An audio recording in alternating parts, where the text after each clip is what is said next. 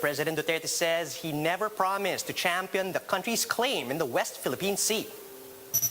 In his public address last night, Duterte expressed bewilderment at how the public and some political personalities expect him to, quote, wage a war against China just because he's the president. But so far, former Supreme Court Justice Antonio Carpio and retired DFA Chief Albert Del Rosario have not asked the chief executive to wage a physical war against Beijing.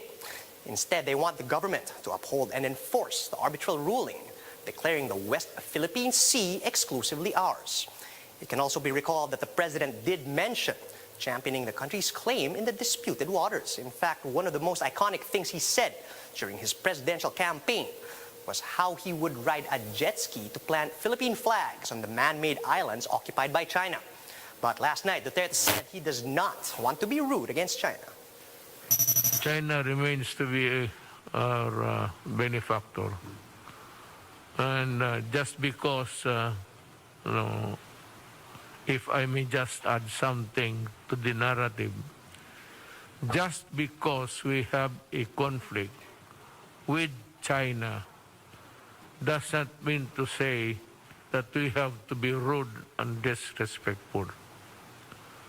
As a matter of fact, we have to many things to thank for China for the help in the past and itong mga tulong nila ngayon.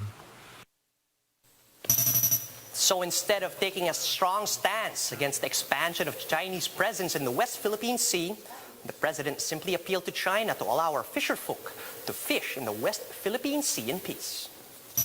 I know that it's yours, according to you. I've heard that several times. But you know, you must also have heard of the fact that people are hungry. Ang Pilipino ay gutom. And you are not oblivious to that fact. Kindly just allow our fishermen to fish in peace. And so there is no reason for trouble. If there is one brewing, you call our attention and we can talk immediately to solve the problem.